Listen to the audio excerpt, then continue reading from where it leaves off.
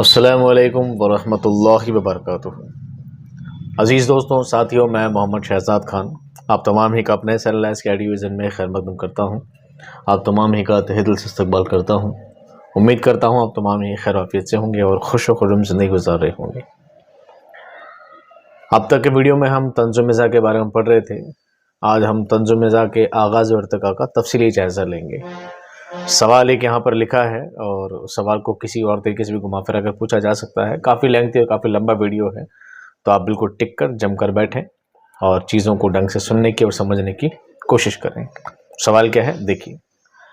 اردو شاعری میں طنز و مزاح کے آغاز اور ارتقاء کا مفصل جائزہ پیش کیجیے۔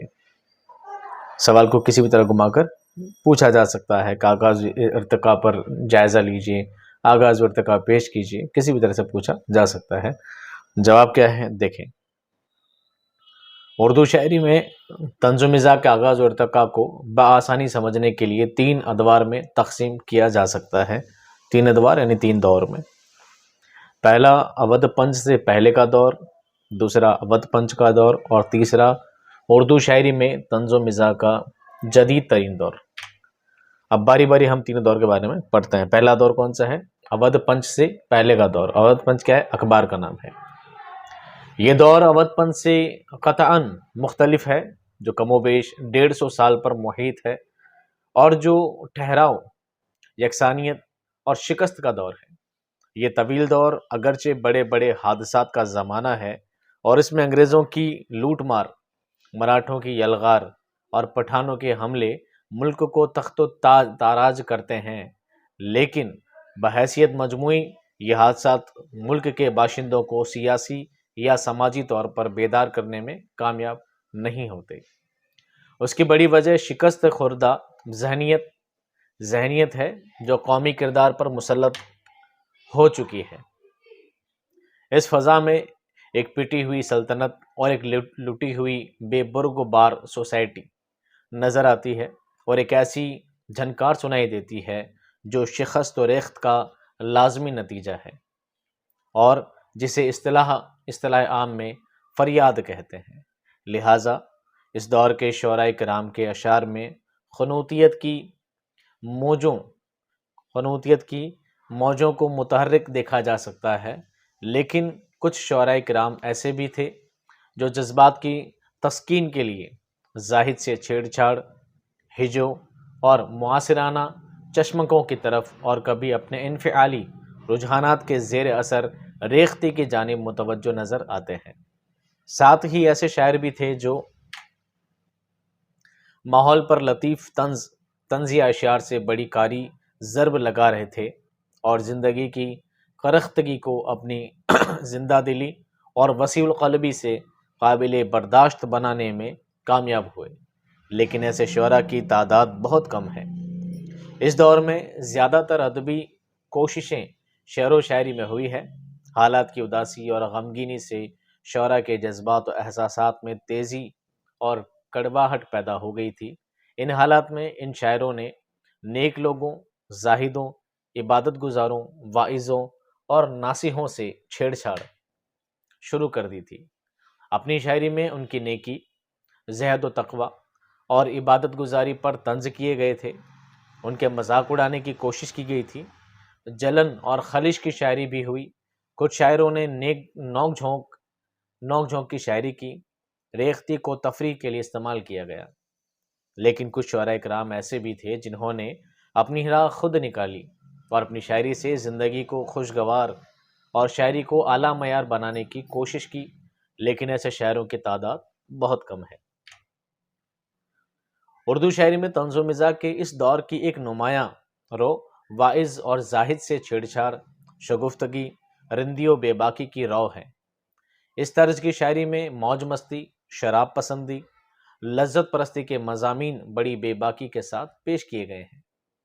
نتیجتاً ولی کے زمانے سے جب اس کا آغاز ہوا، ریاض کے زمانے تک جب اس نے خاصی شدت کر لی، اور پھر حالی اور اقبال کے دور تک جب انتہائی مہذب پیرائی میں زاہد کے ساتھ چھیڑ چھاڑ کی گئی، یہ طریقہ کار کسی نہ کسی صورت میں ضرور ملتا ہے، جن کی چند مثالیں پیش ہے۔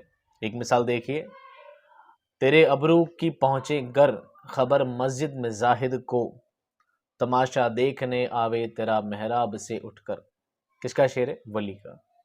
ایک شعر اور دیکھیے، رندے خراب حال کو زاہد نہ چھیڑ تو، رندے خراب حال کو زاہد نہ چھیڑ تو، تجھ کو پرائی کیا پڑی اپنی نبیڑ تو۔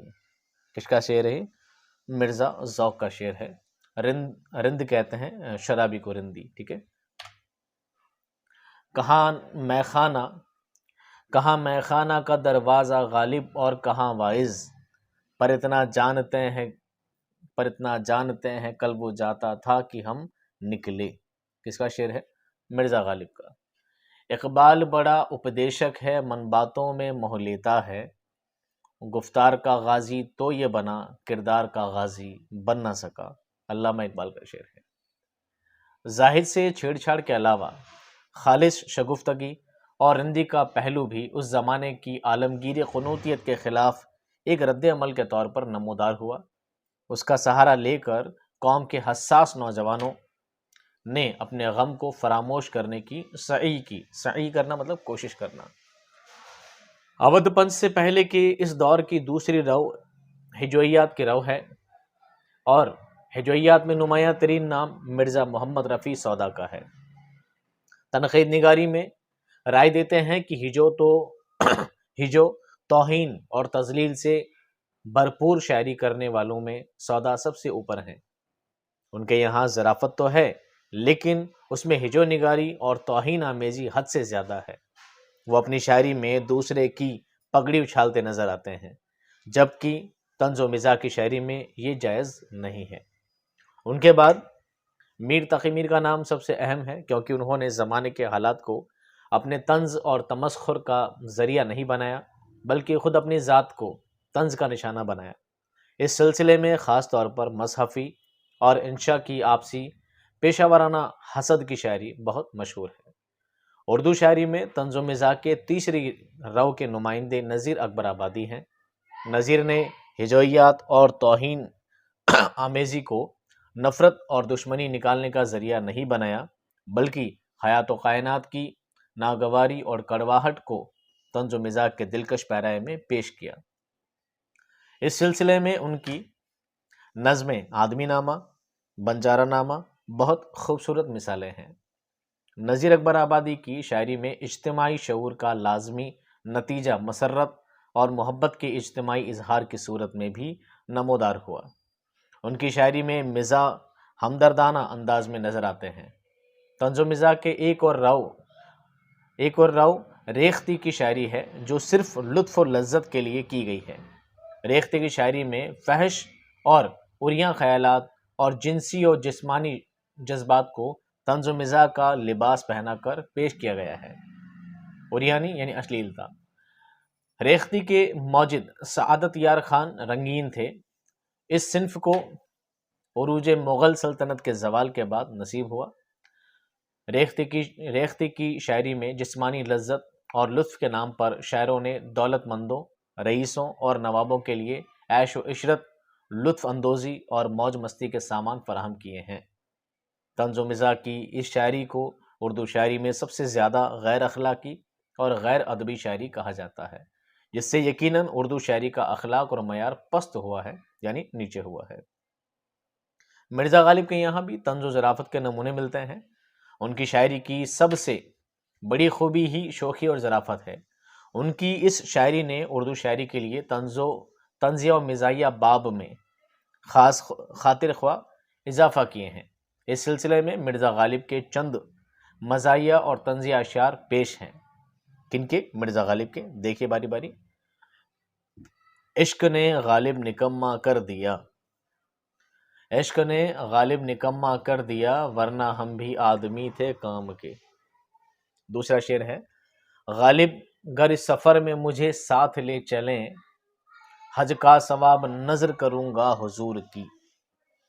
ایک شعر اور دیکھیے، ان کے دیکھے سے جو آتی ہے منہ پر رونق، وہ سمجھتے ہیں کہ بیمار کا حال اچھا ہے۔ غالب کے ذہنی افق کی یہ وسعت اور زندگی کی تلخیوں کے مقابل اس کا کیم زرلیب بلا شبہ اسے دنیا کی عظیم ترین شخصیتوں کے زمرے میں لا کھڑا کر دیتا ہے۔ یہ قیمتی تھا شاید۔ دوسرا باب ہے اودھ پنچ کا دور۔ یہ تھا اودھ پنچ سے پہلے کا دور، اب اودھ پنچ کے بعد کا دور۔ اب تک اردو شاعری میں طنز و مزاح کے عناصر مغربی اثرات سے ملوث نہیں تھے، پس جو نمونے پیش ہوئے وہ فارسی طنز و مزاح کی تقلید میں معرض وجود میں آئے تھے، لیکن اودھ پنچ کے اجرا سے اردو کی طنزیہ و مزاحیہ شاعری میں ایک نئے دور کا آغاز ہوتا ہے۔ اودھ پنچ نے جس زمانے میں آنکھیں کھولی وہ اس کے نمودار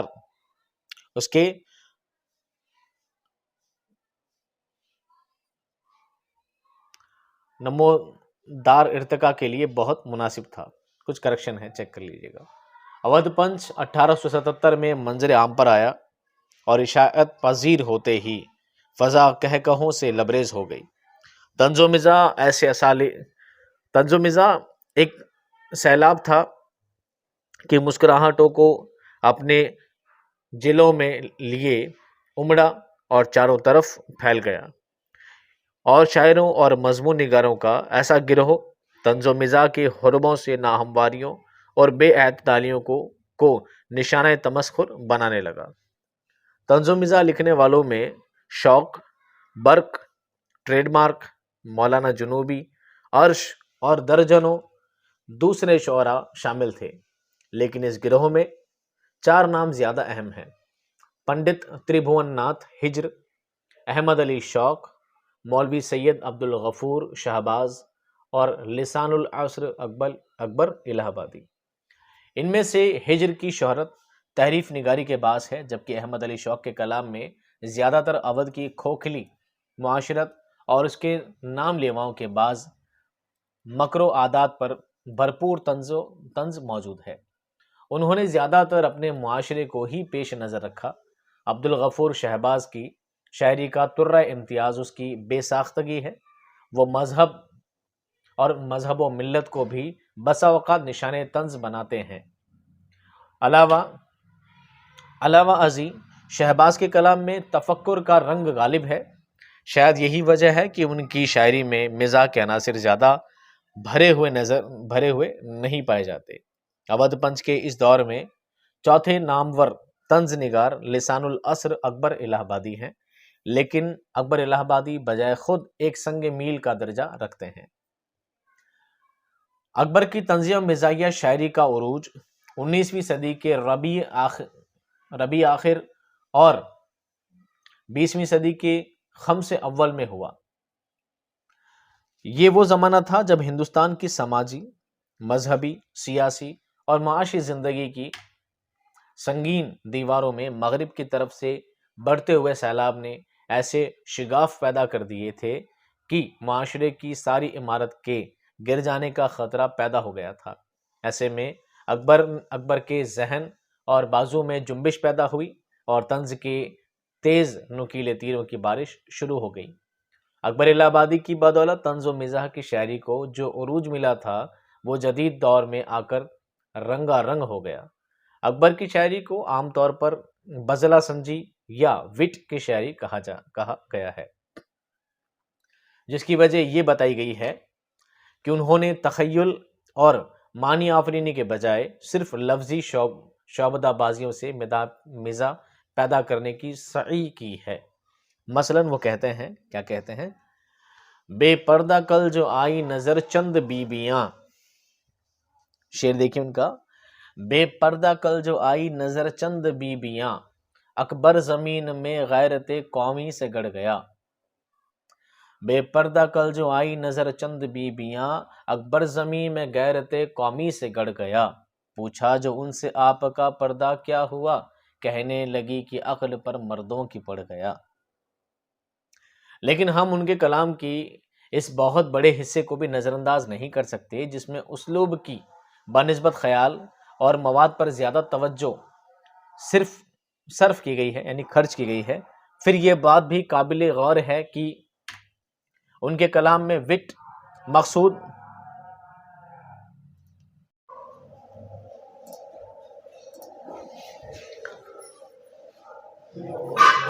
ان کے کلام میں وٹ مقصود بالذات نہیں ہے، بلکہ اسے زیادہ تر طنز یا مزاح کی تخلیق میں حربے کے طور پر استعمال کیا گیا ہے۔ مثلا ان کا ایک شعر مشہور شعر ہے، یہی فرماتے رہے تیغ سے پھیلا اسلام، یہ نہ ارشاد ہوا توپ سے پھیلا کیا ہے۔ اکبر نے انگریزی تعلیم و تہذیب کو اور معاشرتی نظام کو اپنے طنز کا نشانہ بنایا، اور اس دور سے آگے کے شاعروں نے اس میں تبدیلی کرتے ہوئے اس نظام کو نئے اور انوکھے طور طریقوں سے طنز و مزاح کی شاعری میں پیش کر کے بہترین مثال قائم کی۔ اکبر کی شاعری سے متعلق ڈاکٹر قمر رئیس نے بڑے پتے کی بات کہی ہے، اکبر ہنسی ہنسی میں وطن پرستی اور قوم پرستی کے جذبات کی اہمیت کو ذہن نشین کرانے میں ماہر تھے۔ اکبر طنزیہ و مزاحیہ شاعری کی تاریخ میں پہلے شاعر ہیں جنہوں نے باقاعدہ مزاحیہ کرداروں کی تخلیق کی ہے، جس کی مثال ان کے ان اشعار میں بخوبی دیکھی جا سکتی ہے۔ اکبر دبے نہیں کسی سلطان کی فوج سے، لیکن شہید ہو گئے بیگم کی نوج سے۔ طفل سے بو آئے کیا ماں باپ کے اتوار کی، دودھ تو ہے ڈبے کا تعلیم ہے سرکار کی۔ شیخ جی کے دونوں بیٹے باہنر پیدا ہوئے، ایک ہے خفیہ پولیس میں ایک پھانسی پا گئے۔ اردو کی طنزیہ شاعری میں اکبر الہ آبادی کی اجتہادی روش کے بعد اگلا اہم قدم اقبال اور جوش نے اٹھایا۔ انہوں نے اردو شاعری کو طنز و عالمگیر انسانی مسائل سے روشناس کرانے میں کامیابی حاصل کی۔ اقبال کی طنزیہ شاعری میں سنجیدگی اور ظرافت کا امتزاج ان کی فطری تحمل مزاجی اور اعتدال کا غماز ہے، جس کی مثال ان کی نظم نصیحت ہے، جس میں انہوں نے طنز کرنے کے لیے نیا انداز اختیار کیا ہے۔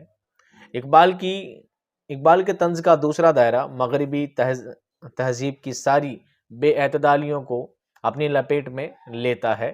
مثلا اعتدال کہتے ہیں بیلنس کو، اعتدال کسے کہتے ہیں؟ بیلنس کو۔ شفق نہیں مغربی افق پر یہ جوئے خوں ہیں، طلوع فرد کا منتظر رہ کی دوش امروز ہے فسانہ۔ اقبال کے بعد جوش کی مخصوص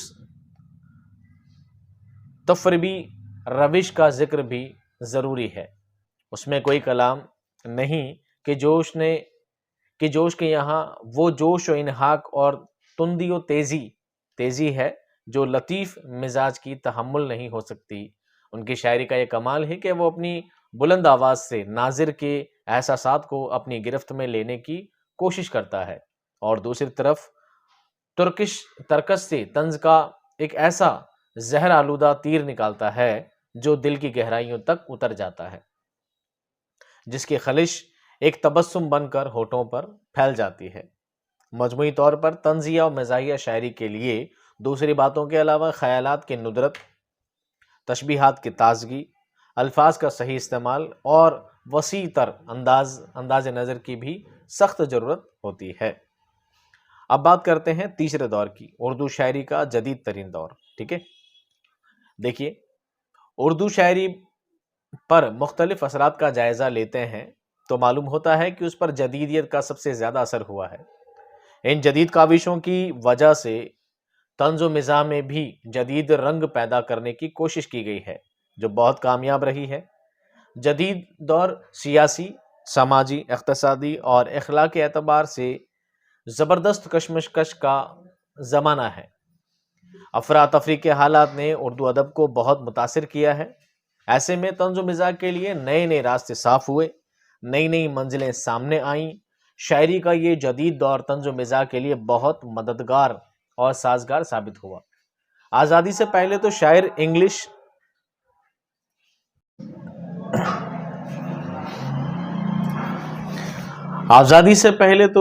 انگلش تہذیب و تمدن اور تعلیم و تربیت کو نشانہ بنا کر شاعری کرتے تھے، مگر آزادی کے بعد کی بدلی ہوئی فضا میں شاعروں کی نگاہیں حیات و کائنات کی دوسری حقیقتوں اور دوسرے اہم حالات کی طرف جانے لگی تھی۔ شاعری کے اس جدید دور میں راجہ مہدی علی خان اور شاد عارفی کی کچھ نظمیں بڑی اہمیت رکھتی ہیں۔ ضمیر جعفری نے بھی عورتوں کی فطرت اور ان کے مخصوص نظریے پر عورتوں کی اسمبلی اور وزارت نظم لکھی، جس میں انہوں نے روایت اور قدامت سے بچ کر طنز و مزاح کے جدید پہلو اور رنگ پیش کیے ہیں۔ اردو طنز و مزاح کی شاعری کے جدید دور میں سب سے اہم نام اکبر الہ آبادی کا ہے، جنہوں نے طنز و مزاح کے ارتقاء میں اہم رول ادا کیا۔ نئے دور میں طنز و مزاح کی پہلی رو زندگی اور سماج پر بھرپور طنز کی صورت میں نمودار ہوئی۔ اس کے بعد دوسری رو سماجی ناہمواریوں اور عالمگیر انسانی حماقتوں پر طور کی رو ہے۔ یہ زو ہو گیا، یہ رو ہے، یہ بھی پہلی رو کی طرح ہی ہے۔ اس رو کے پیش رو اکبر الہ آبادی ہے، جنہوں نے اپنے معاشرے پر خارجی اثرات کو ہدف طنز بنایا تھا۔ ہدف کہتے ہیں ایم کو، نشانے کو۔ 1857 عیسوی کے ہنگامے کے بعد رونما ہونے والی ایک ایسی ہی سماجی کیفیت نے اکبر الہ آبادی کی طنزیہ شاعری کو جنم دیا تھا۔ دوسری جنگ 1947 عیسوی کی تقسیم ہند کے بعد ایک ایسی ہی صورتحال نے مجید لاہوری، ضمیر جعفری، ظریف جبل پوری اور حاجی لق لق کو ایک خاص انداز میں طنزیہ اشعار کہنے پر مجبور کیا۔ ضمیر جعفری کی نظموں کو اس جدید دور کی بہترین شاعری قرار دیا جا سکتا ہے۔ اس دور کی شاعری میں طنز و مزاح کے بہترین پہلو دکھائے گئے ہیں۔ ان میں شاعروں نے اپنی شاعری میں گہری سمجھ بوجھ کا احساس کرایا ہے۔ جب امریکہ اور روس کے درمیان سرد جنگ کا سلسلہ شروع ہوا، سرد جنگ شیت یدھ کا سلسلہ شروع ہوا تو اس نے ہر طرف ایک عجیب سی کشمکش پیدا کر دی تھی۔ ان بین الاقوامی حالات اور معاملات کو بھی مد نظر رکھ کر شاعروں نے طنز و مزاح کے لیے نئے رنگ دکھائے اور اچھی شاعرانہ لیاقت کے نمونے پیش کیے۔ اس جدید دور میں شاعروں نے نئے نئے الفاظ، نئے محاورے، نئے پہلو، نئے موضوعات سے طنز و مزاح کو اردو شاعری میں کامیابی کے ساتھ پیش کیا۔ طنز و مزاح کے نئے باب کھولے۔ لپسٹک، پاؤڈر، بے پردگی، آزادی، اسکولوں، کالجوں اور یونیورسٹیوں میں لڑکوں لڑکیوں کو ساتھ ساتھ تعلیم حاصل کرنے کے نئے نئے موضوعات دے دیے تھے۔ جدید دور کی شاعری کے طنز و مزاح میں نقطہ چینی بھی ہے، اعتراضات بھی ہیں، شکایتیں بھی ہیں، لیکن ان سب سے اوپر جو خصوصیت آتی ہے وہ یہ ہے کہ شاعروں نے سکے کے دوسرے پہلو اصلیت کو بڑی صفائی اور تاثیر کے ساتھ ساتھ طنز و مزاح کے رنگ میں دکھایا ہے۔ جدید دور میں شاعری کے طنز و مزاح نے نئے نئے روپ دکھائے۔ ان میں ایک روپ پیروڈی کا تھا۔ اس سلسلے میں عاشق محمد، مجید لاہوری اور کنہیا لال کپور نے دلچسپ شاعرانہ جوہر دکھائے ہیں۔ ان شاعروں نے طنز و مزاح کے انچھوئے اور اندیکھے پہلوؤں کو بڑی ہوشیاری سے اجاگر کیا ہے۔ ان شعراء کے چند اشعار بطور نمونہ پیش ہیں۔ کیا ہے شعر؟ دیکھیے: وہ بھی ہے آدمی جسے کوٹھی ہوئی الاٹ یعنی ٹھیک ہے، انگلش میں الاٹ ہوتا ہے۔